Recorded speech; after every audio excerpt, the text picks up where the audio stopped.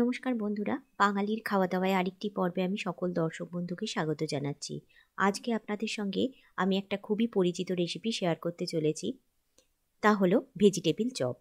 নিমন্ত্রণ বাড়িতে যে বিট গাজরের ভেজিটেবিল চপ আপনারা খেয়ে থাকেন, সেই রেসিপি আজকে আপনাদের সঙ্গে শেয়ার করব। বাড়িতেও খুব সহজে এই ভেজিটেবিল চপ বানিয়ে নেওয়া যায়। ইভিনিং স্ন্যাক্সে এইরকম মুচমুচে ভেজিটেবিল চপ থাকলে বাড়ির সকলেই কিন্তু খুশি হয়ে যাবে। তাহলে চলুন আর দেরি না করে কিভাবে সহজেই ভেজিটেবিল চপ বানিয়ে নিতে হয় সেটাই দেখে নিই। ভেজিটেবিল চপ বানানোর জন্য প্রথমেই আমি এখানে কিছু ড্রাই রোস্ট মশলা রেডি করে নেব। সেই জন্য নিয়ে নিয়েছি 1 চামচ মতো গোটা জিরে, 1 চামচ গোটা মৌরি, হাফ চামচ মতো নিয়ে নিয়েছি গোটা গোলমরিচ, 3-4টে লবঙ্গ নিয়েছি, একটা বড় দালচিনি টুকরো নিয়েছি আর 2টো শুকনো লঙ্কা নিয়েছি। এই উপকরণগুলোকে এখন আমি ড্রাই রোস্ট করে তারপর একটা গুঁড়ো বানিয়ে নেব। এই গুঁড়ো মশলাটা আমরা চপে ইউজ করব। বিট গাজরের চপ যেহেতু, সেই জন্য বিট গাজর তো অবশ্যই লাগবে। আমি এখানে 2টো বড় সাইজের গাজর আর 2টো মিডিয়াম সাইজের বিট নিয়ে নিয়েছি। গাজরগুলোর খোলার অংশটা আমি ভালো করে ছাড়িয়ে নেব, তারপরে সরু সরু করে কুচিয়ে নেব। বিট গাজর দুটোরই আমি খোলা ছাড়িয়ে কুচিয়ে নেব। আর এখানে 4টে কাঁচা লঙ্কা নিয়েছি, এই কাঁচা লঙ্কাগুলোকেও আমি ছোট ছোট করে কুচিয়ে নেব। এখন দেখুন, এখানে আমি বিট গাজর সব ছোট ছোট করে কুচিয়ে নিয়েছি। 2টো মিডিয়াম সাইজের আলুকেও আমি এখানে সেদ্ধ করে নিয়েছি। এই আলুগুলোকে আমি মাইক্রোওভেনে সেদ্ধ করেছি, তাই খোলা সমেত সেদ্ধ হয়েছে। মাইক্রোওভেনে সেদ্ধ করলে এখানে একদম জলটা থাকে না, একদম শুকনো হয়ে যায়, সেই জন্য আমি সেখানে সেদ্ধ করেছি।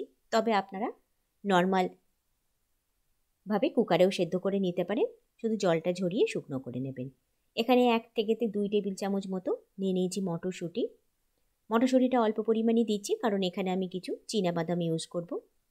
আর যে 4টে কাঁচা লঙ্কা নিয়েছিলাম সেটাকে কুচিয়ে নিয়েছি, আর 1 চামচ মতো আদা কুচিয়ে নিয়েছি, একটু কুড়িয়ে নিয়েছি। এখন আমি একটা কড়াই গ্যাসের উপর বসিয়ে তাকে ভালো মতো গরম করে নিয়ে তাতে দিয়ে দিলাম 2 টেবিল চামচ সাদা তেল। তেলটা একটু গরম হয়ে গেলে তাতে অল্প কিছুটা চীনাবাদাম ভেজে নিচ্ছি। আমি এখানে অল্প পরিমাণেই চীনাবাদাম ভাজছি, কারণ আমাদের চপের পরিমাণটাও কম, তাই বেশি লাগবে না। এবার একটু হালকা ভাজা হলে, একটু হালকা লালচে ভাব চলে এলে এগুলোকে এখান থেকে তুলে নেব। তেল থেকে তুলে নেবার পর যে ভাজা তেলটা রয়েছে, এই তেলের মধ্যেই আমি এখন দিয়ে দেবো কাঁচা লঙ্কা কুচি ও কুড়িয়ে নেওয়া আদাটা। এবং কাঁচা লঙ্কা আর আদাটা লো হিটে একটু ফ্রাই করে নেব। তারপর দিয়ে দেবো অল্প সামান্য রসুন। আপনারা নিরামিষভাবে বানালে রসুনটা নাও দিতে পারেন, তবে রসুনটা ব্যবহার করা হয়। আর এখানে রসুনের রঙটা একটু কালো লাগছে, কারণ আমি গুঁড়ো মশলাটা গুঁড়ো করে নেবার পর সেখানে রসুনটাকে গুঁড়ো বেটে নিয়েছি, সেই জন্য কালারটা একটু এইরকম লাগছে। এবার কিছুটা সময় নিয়ে রসুনটাকে আমি ভেজে নিচ্ছি। তারপর যে বিট গাজরটা কুচিয়ে রেখেছিলাম সেইটা আমরা এখানে দিয়ে দেবো। বিট গাজর মটরশুঁটি সবটাই এখানে ঢেলে দিলাম।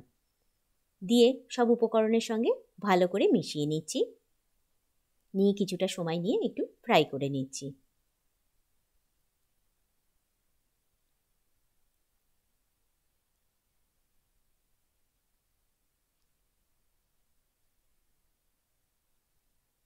কিছুটা সময় নিয়ে ফ্রাই করে নিয়েছি। এবার এর মধ্যে দিয়ে দিচ্ছি হাফ টিস্পুন মতো বিট নুন, আর দিয়ে দিচ্ছি হাফ টিস্পুন মতো নর্মাল নুন। বিট নুনটা দিলে একটু খেতে বেশ ভালো হয় চপটা, সেই জন্য আমি বিট নুন ইউজ করেছি।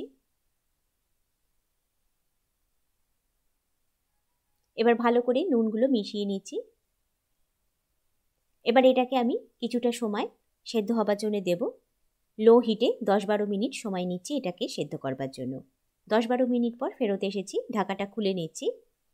দেখুন 10-12 মিনিট লো হিটে এটাকে কুক করে নেবার পর এখন ভালো মতোই এটা সেদ্ধ হয়ে গেছে। আমি একটু কেটেও আপনাদের দেখিয়ে দিচ্ছি আমাদের বিট গাজর কীরকম সুন্দর সেদ্ধ হয়েছে। দেখুন সুন্দর সেদ্ধ হয়ে গেছে, সুতরাং আর এটাকে সেদ্ধ করবার দরকার নেই। আর এটাকে বেশিক্ষণ আমরা রান্না করব না। এর সঙ্গে অ্যাড করে দেব যে আলুটা আমরা সেদ্ধ করে রেখেছিলাম, সেই সেদ্ধ আলুটার খোলা ছাড়িয়ে একটু হাতে করে হালকা চটকে নিয়েছি, সেটাকেই এখন এই চপের পুরের সঙ্গে ভালো মতো মিশিয়ে নিচ্ছি।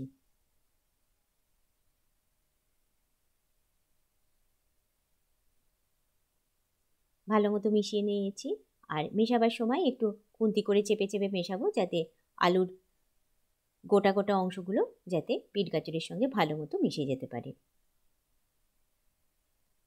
এবার এখানে একটু টেস্টটা ঠিক রাখার জন্য আর একটু নুন দিয়ে দেবো। আলুটা আর যে বাদামগুলো ভেজে রেখেছিলাম সে বাদামগুলো এখানে অ্যাড করে দিচ্ছি। আর দিয়ে দিচ্ছি 2 টেবিল চামচ মতো চিনি। চিনিটা এখানে দিতে হবে কারণ মিষ্টি ভাব হয়ে থাকে এই চপ একটু। তবে চিনির পরিমাণটা আপনারা আপনাদের ইচ্ছা মতো কম বেশি করে নিতে পারেন। যে যেমন মিষ্টি খেতে চান সেই অনুযায়ী মিষ্টিটা রাখতে পারেন। ভালো মতো মিশিয়ে নিয়েছি সব উপকরণ দিয়ে, ভালো করে সব উপকরণের সঙ্গে মিশিয়ে নিয়ে এবার অল্প একটু নুনও দিয়ে দিলাম, কারণ নুনটা একটু কম হতে পারে, আলুটা পরে অ্যাড করেছি। এবার ভালো করে মিশিয়ে নিচ্ছি। আমাদের চপের পুর প্রায় রেডি। এবার ভেজে রাখা গুঁড়ো মশলাটা এখানে দিয়ে দিচ্ছি। এবার ভালো করে সমস্ত মশলাটা এর মধ্যে মিশিয়ে দিয়েছি। ভালো করে মিশিয়ে নিয়ে এবার গ্যাসটা বন্ধ করে দিচ্ছি আর এটাকে একটা পাত্রে ঢেলে ঠান্ডা করে নিচ্ছি। আমাদের চপের পুর রেডি হয়ে গেছে। এবার এটাকে নামিয়ে ঠান্ডা করে নেবার পালা। এখন চপের পুরটা ঠান্ডা হয়ে গেছে। এবার পুরটাকে হাতে করে নিয়ে আমি একটু লম্বাটে মতো শেপ দিয়ে দিচ্ছি। আপনারা আপনাদের ইচ্ছা মতো যেমন খুশি শেপ দিয়ে দিতে পারেন। লম্বা, গোল, চ্যাপ্টা যেটা আপনাদের সুবিধা মনে হবে সেই রকম দিয়ে দেবেন। আমি এই রকম একটু লম্বাটে মতো শেপ করে রেডি করে নিচ্ছি। ঠিক এই রকম শেপে আমি পুরো চপের পুরটাকে রেডি করে নিচ্ছি।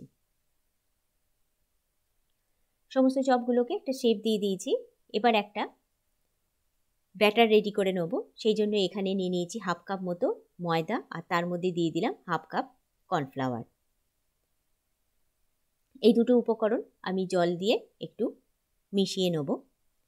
আর ব্যাটারটা কিন্তু পাতলা হবে না, একটু ঘন হবে।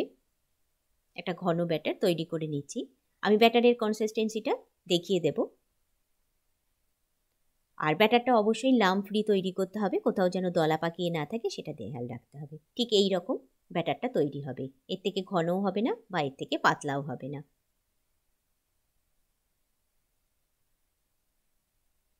ঠিক এই রকম হবে। আমাদের ব্যাটারটা রেডি হয়ে গেছে। এখানে আমি কিছুটা বিস্কুটের গুঁড়ো নিয়ে নিয়েছি। এবার আমরা চপগুলোর গায়ে বিস্কুটের গুঁড়ো লাগিয়ে নেব। প্রথমে এইভাবে ব্যাটারের মধ্যে ডুবিয়ে নেব। ডুবিয়ে নেবার পর সেখান থেকে তুলে বিস্কুটের গুঁড়ো মধ্যে দিয়ে দেবো। আর যে হাতে করে গোলার মধ্যে দেবো অন্য হাতে করে কিন্তু বিস্কুটের গুঁড়োটা মাখাবো। দুটো হাত এখানে ব্যবহার করতে হবে, না হলে কিন্তু বিস্কুটের গুঁড়োটা অনেকটা নষ্ট হয়। এবার কিছুটা বিস্কুটের গুঁড়ো মাখিয়ে নেবার পর আবারও ব্যাটারটার মধ্যে দিয়ে দিচ্ছি। ব্যাটারটা থেকে তুলে আবারও বিস্কুটের গুঁড়ো মাখিয়ে নিচ্ছি। আমি দুবার করে কোটিনটা তৈরি করব, এইরকমভাবে দুবার করে দিয়ে। তবে আপনারা সিঙ্গেল কোটিনও তৈরি করতে পারেন, তবে ডবল কোটিন করলে খেতে ভালো হয়, সেই জন্যই আমি ডবল কোটিন করছি। আমি আরেকটাও আপনাদের বানিয়ে দেখিয়ে দিচ্ছি ঠিক কীরকমভাবে হবে। প্রথমে ব্যাটারে ডুবিয়ে নেওয়ার পর এইভাবে বিস্কুটের গুঁড়ো মাখিয়ে নিচ্ছি। আর বিস্কুটের গুঁড়ো ভালো মতো মাখিয়ে নেওয়ার পর আবারও ব্যাটারে সেটাকে ডুবিয়ে দিচ্ছি। কাজটা দু হাতে করতে হবে, তাহলে বিস্কুটের গুঁড়োটা কম নষ্ট হবে। আমাদের দুবার ব্যাটারে ডোবানো হয়ে গেছে এবং সেকেন্ড টাইম বিস্কুটের গুঁড়ো মাখিয়ে নিচ্ছি। আমাদের আরেকটা চপও রেডি হয়ে গেছে। এইভাবে সমস্ত চপগুলোকে রেডি করে নিচ্ছি। এখন আমাদের সমস্ত চপ রেডি হয়ে গেছে। এবার এগুলোকে সেট হবার জন্য 1 থেকে 2 ঘন্টা মতো রেখে দিতে হবে। তবে মোটামুটি সময় কম থাকলে 1 ঘন্টা রাখলেই হবে। 1 ঘন্টা রেস্টে রাখার পর এবার চপগুলোকে ভেজে নেব। সেই জন্য কড়াইতে পর্যাপ্ত পরিমাণ সাদা তেল দিয়ে দিয়েছি। তেলটা ভালো মতো গরম হয়ে গেলে এবার আঁচটাকে একদম লোয়ে দিয়ে দিচ্ছি। লো টু মিডিয়ামের মধ্যে আঁচটাকে রেখে এখন আমরা চপগুলোকে ভেজে নেব। এবার একটা করে চপ তেলের মধ্যে দিয়ে দিচ্ছি। 3 থেকে 4টে মতো চপ দিয়ে এখানে ভেজে নেব। একসঙ্গে বেশি দিলে নাড়াচাড়া করার অসুবিধা হবে, তাই 3-4টে মতো চপ দিয়ে এটাকে ভেজে নেব। চপগুলোর এক পিঠে একটু কালার চলে এলে উল্টো পিঠটাকে উল্টে দেব। এইভাবে সমস্ত চপগুলোকে ভেজে নেব। উল্টে পাল্টে সমস্ত চপগুলোকে ভেজে নিতে হবে।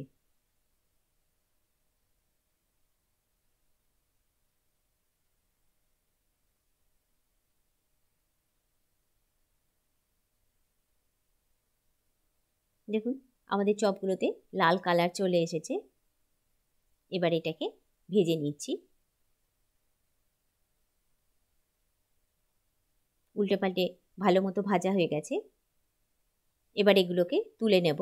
সেই জন্য একটা ঝাঁঝরি হাতা নিয়ে তেল থেকে এগুলোকে তুলে নিচ্ছি। তাহলে এর তেলগুলো ঝরে যাবে। আর তারপরে এরকম কিচেন টাওয়েল পেপারের ওপর রেখে দেবো। কিচেন টাওয়েল পেপারের ওপর রাখলে এক্সেস তেলটাও ঝরে যাবে। ঠিক এই পদ্ধতিতে আমি বাদবাকি চপগুলোকেও ভেজে নিচ্ছি।